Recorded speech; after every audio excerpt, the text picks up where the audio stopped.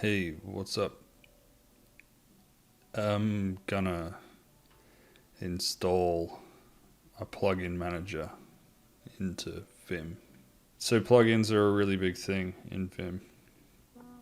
And as we've been building my new dot files, I've been thinking that it's not going to be very long before I start feeling like I don't want to do things by hand or even myself anymore. So we're going to put in a plugin manager so that other people can do things for us. Now, my preferred plugin manager is Vimplug. Look here. I've tried a couple of them. Tried Vundle and that other one. Something Gen. Pathogen. Pathogen is the other one. So, Vimplug is a minimalist Vim plugin manager.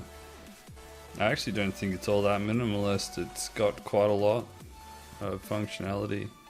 So, to install here, I actually have to be in PowerShell to do it on Windows.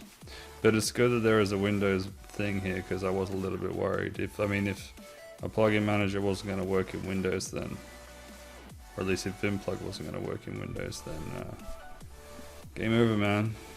Alright, so let's use the PowerShell script that's here. I'm just going to copy paste it. So just paste that in there and hit enter. And now, so let's have a look and see what's actually in Vim files. Auto load. Great, so it's put plug Vim in there. I'm going to take the call to begin. Specify directory for plugins. Yeah, okay, so we want, let's do that. And now I need to start pasting this stuff in. So, yep. So there's my Vim plugged thing. That's cool. That's going to be the folder where all my plugins get installed by Vimplug. What else are we looking at here? Then we just install the plugs and then we do the end plug. So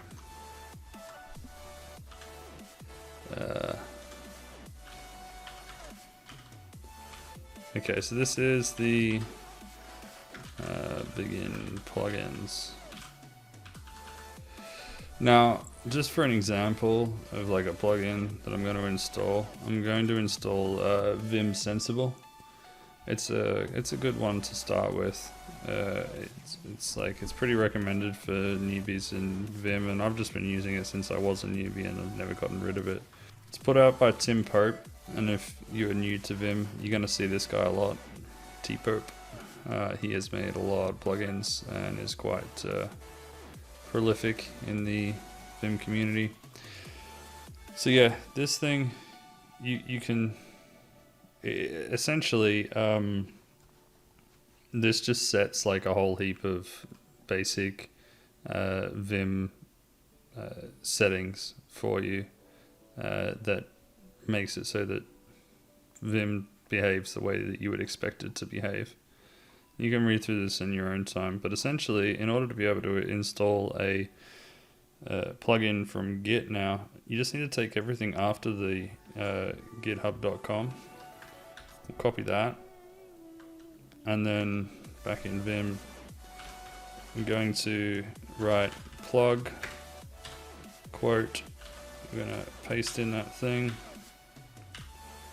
and then another quote, and then that's it. Now, if well, first of all, I need to save this, and then I need to resource my Vim files, and now I can go ahead and install Vim Sensible by doing :plug install. And you can see that's installing, it's downloading everything. You see why I was saying this isn't really all that minimal. So that's in there now. So just to make sure everything's good, I might source it again.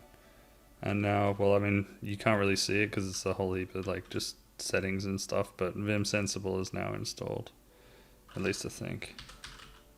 I suppose we can check that by doing plug status.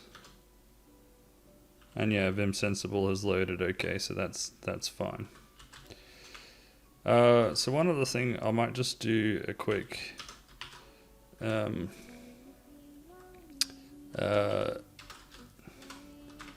Vim plug key bindings, leader PI, and that is going to do a plug install, leader PC, and that's going to do a plug clean, leader PU for, is it plug upgrade?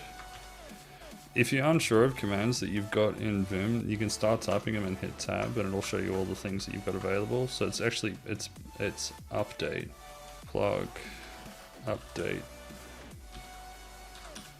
Okay, we'll save that. And then I'm going to resource my .files, and then I'm going to do a plug clean. Yep, great. Okay, so I've got my plugin manager installed now, and now I've got true ultimate power.